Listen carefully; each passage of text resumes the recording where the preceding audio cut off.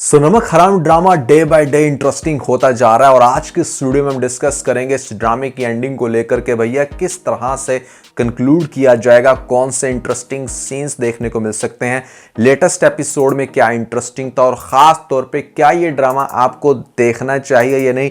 इन सभी क्वेश्चंस के आंसर मैं आज की इस वीडियो में करने वाला हूं। फिर जो नए लोग आए मेरे चैनल पर, पीके लग्जरीज के ऊपर 50% ऑफ पर लैंप्स लगे हुए हैं भैया, दुनिया के बेहतरीन लग्जरी लैंप्स जस्ट 1 क्लिक की दूरी पे नीचे डिस्क्रिप्शन में आपको लिंक मिल जाएगा। अभी जाएं अपनी मर्जी का लैंप खरीद के हमें अपना फीडबैक देना मत भूलिएगा। PK Luxus. We don't sell crap. पिछली एपिसोड में दिखाया गया था कि यहाँ पर ये जो हमारे अंकल हैं कुरैशी साहब, इन्होंने गलत किया एग्जैक्टली जैसा मैंने आपको प्रेडिक्ट करके बताया था कि मुरीद की माँ के साथ कुछ तो गलत हुआ है जिसकी वजह से ये इतना एक्सट्रीम होने लग रहा है। तो वही चीज़ बार बार उसके माइंड में भी आ रही है, स्पेशली ये जो एक नया सिनेरियो क्रिएट हुआ है। इस सिनेरियो के हवाले से मैंने आपको पहले बताया था कि मुरीद की डेफिनेटली यहाँ पर आगे जाकर दिखाई जाएगी कि ऐसे में शादी हुई है अस्मा के साथ। अब अस्मा के साथ शादी होने की जो रीजंस है ना, वो बड़ी इंटरेस्टिंग बन रही हैं। लेटेस्ट एपिसोड के अंदर भी आपको दिखाया गया कि जिस टाइम वो सेकेंड टाइम भागती है, भागती तो नहीं है, बेसिकली वो कंप्लेन करना चाह रही होती है, तो घर वाले उसको भी इतना एग्जैजुरेट कर रहे हैं कि भैया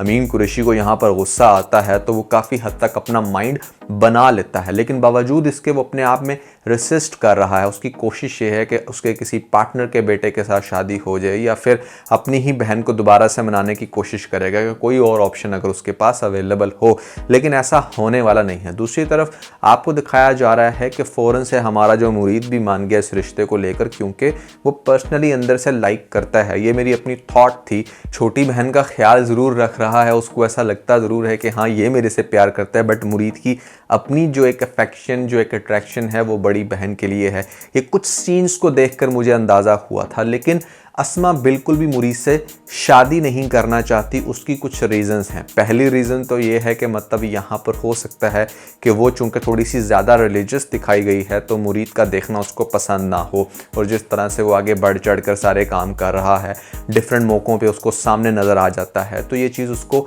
वैसे ही पसंद नहीं है। अब जब घर वाले ज़बरदस्ती उसकी उसी के साथ शादी करवाने जा रहे हैं तो वो इस दफ़ा एक और नया कदम उठाएगी और वो होगा उसका तीसरी दफ़ा घर से भागना। अमीन कुरैशी जो अभी तक ऑप्शंस को एक्सप्लोर करने लग रहे हैं कि भाई ऐसे में चलो बहन के बेटे के साथ या फिर कहीं पर किसी छोटे से छोटे पार्टनर के बेटे से ही शादी हो जाए, इसके तीसरी दफ़ा घर से भागने पर भाई उसका ये जो डिसीजन होगा ना, इसके ऊपर लग जाएगी मोहर, जो बेसिकली आई है उसी की तवाइफ की तरफ से कि ऐसे में आपको जो है अपने नौकर के साथ शादी करवा देनी। ये बात उसने बड़े मज़े की थी, लेकिन इवेंचुअली होना यही है। आपको दिखाया जाएगा कि तीसरी दफ़ा इसके भागने पर डेफिनेटली यहाँ पर मुरीद ही फिर इसको लेकर आएगा घर में और बाप हुक्म देगा कि या तो तुम इसको जान से मार दो या फिर कन्विंस कर लो कि ये तुमसे शादी करे।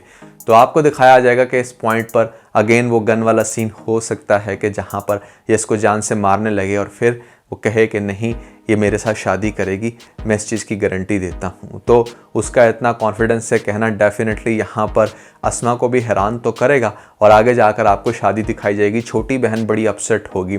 इसकी मुझे समझ नहीं आ रही कि इसने वखरा ही अपना इश्क का लोचा तला हुआ है मुरीद के साथ, की शादी उसी बहन के बेटे के साथ हो जाएगी।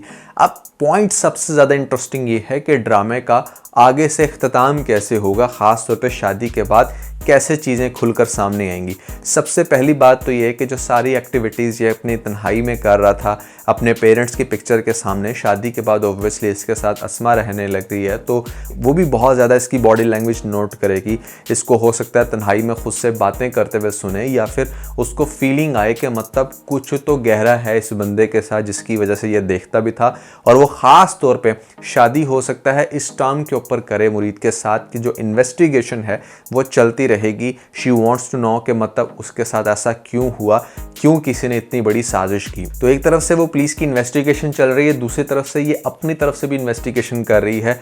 मुरीद की कुछ सस्पिशियस हरकतें डेफिनेटली इस बात को बहुत देर तक हिडन नहीं रख सकेंगी और यहाँ पर फिर मुरीद खुलकर बोलेगा एक दिन उसके सामने कि किस तरह उसके बाप ने उसकी माँ के साथ ज्यादती की और फिर उसकी माँ को खुदकुशी करना पड़ी, जिसके बाद तब से वो जो घाव था उसके दिल में, यहाँ पर वो उसको लेकर चल रहा था और उसने नमक हरामी की। ये सारी चीज़ें चीज़ें खुलकर फ्यूचर में सामने आएंगी अस्मा की, और फिर वो कहेगी कि इसका मतलब है कि तुमने ही मुझे बेहोश करके घर से अगवा की और वो सारी प्लानिंग तुम्हारी थी।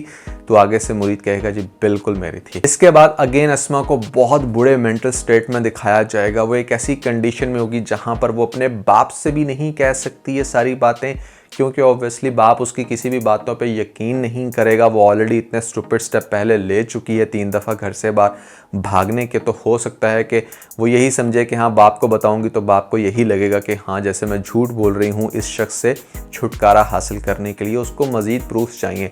वो प्रूफ्स लेने तक ये बड़ा ड्रामा चलेगा, लेकिन तब तक आपको दिखाया जाएगा कि इसकी ग्रेजुअली जो है ना वो अटैचमेंट बनने लग पड़ेगी हमारे मुरीद के साथ। और मुरीद जो है वो उसका बहुत ख्याल रख रहा है, एज ए हस्बैंड बहुत अच्छा चल रहा है।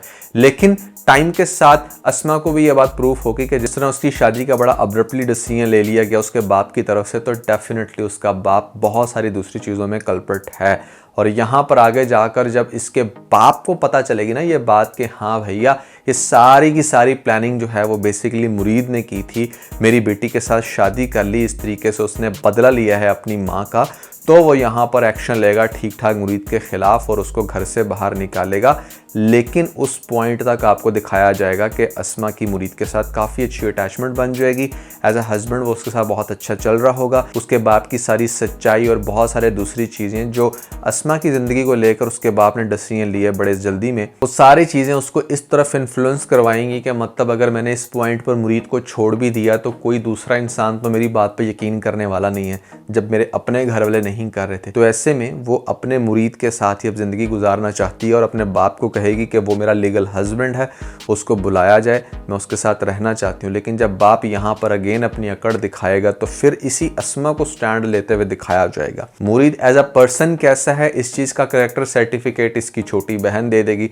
घर के बाकी सब लोग भी कहेंगे कि हाँ भैया मुरीद अच्छा है, लेकिन सब खिलाफ होंगे एंड पे तो जाकर इस अमीन कुरैशी के, क्योंकि इसने गलत किया। तो जो इसने बहुत पहले एक गलत काम किया उसका नतीजा अब इसको जाकर मिलेगा, क्योंकि अब तक अमीन कुरैशी की वजह से उसकी दोनों बेटियां जो हैं वो सफ़र कर रही हैं। एक को उसका प्यार नहीं मिल पा रहा और एक बेचारी जो अच्छी खासी शादी होने वाली थी जिसकी, वो इतना सब कुछ फेस करती है। तो अल्टीमेटली आपको दिखाया जाएगा कि ड्रामे के लास्ट में जाकर अमीन कुरैशी को बहुत बुरे तरीके से फैमिली जो है वो टैकल करेगी।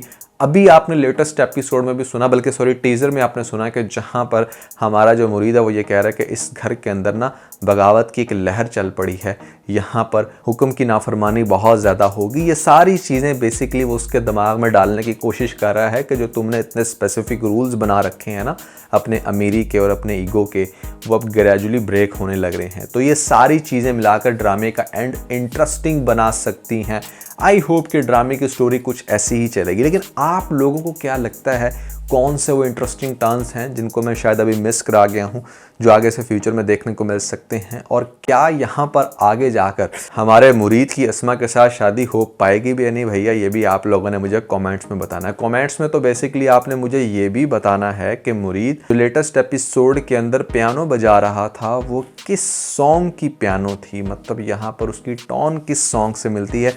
कमेंट्स में मुझे ज़रूर बताइएगा। इसका सही जवाब होगा उसको मिलेगा प्यारा सा हार्ट। और ख़ास तौर पे अगर आप लोगों ने मेरी ये वीडियो नहीं देखी जहाँ पर मैंने बताए हैं आपको 10 ऐसे पाकिस्तानी ड्रामे जो आपका अच्छा खासा टाइम वेस्ट करने वाले हैं, बहुत ही ज़्यादा बोरिंग ड्रामे हैं, ऊपर आपको इन ड्रामों की लिस्ट मिल जाएगी। जल्दी से ये लिस्ट देखकर अपना फीडबैक हमें ज़रूर दीजिएगा।